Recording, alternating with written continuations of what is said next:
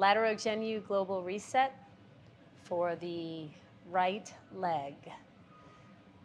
If you have a band at home, you're going to take a long resistance band, put it underneath that first MPJ right there.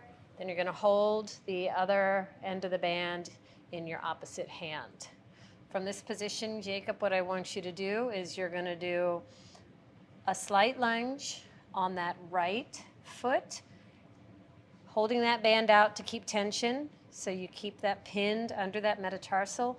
Now I want you to slide your left leg back and then pull it, slide it forwards, bring it up to standing.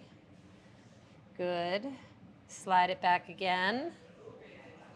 Keep it back there right now. I want you to take your hand, put it against your knee, create some tension. Keep that knee tensioned against that the whole time. Slide back up to start.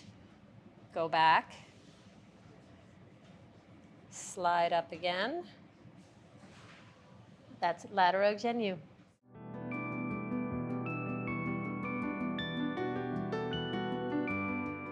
This is the progressed version for Latero-Genu. To start off, go ahead and grab yourself a band and put it around both knees. The goal of this exercise is to work on the lateral sides of the knees. The band is going to tension inwards, and we want to focus on driving our knees outward, keeping nice tension on that band.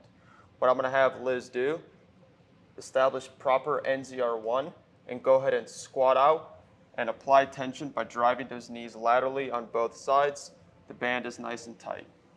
Go ahead and do that one more time. Beautiful. A bad example of this would be if the band was able to pull your knees in and you're caving your knees in just like Liz did now. That is a progressed version to Latero-Genu global reset strategy.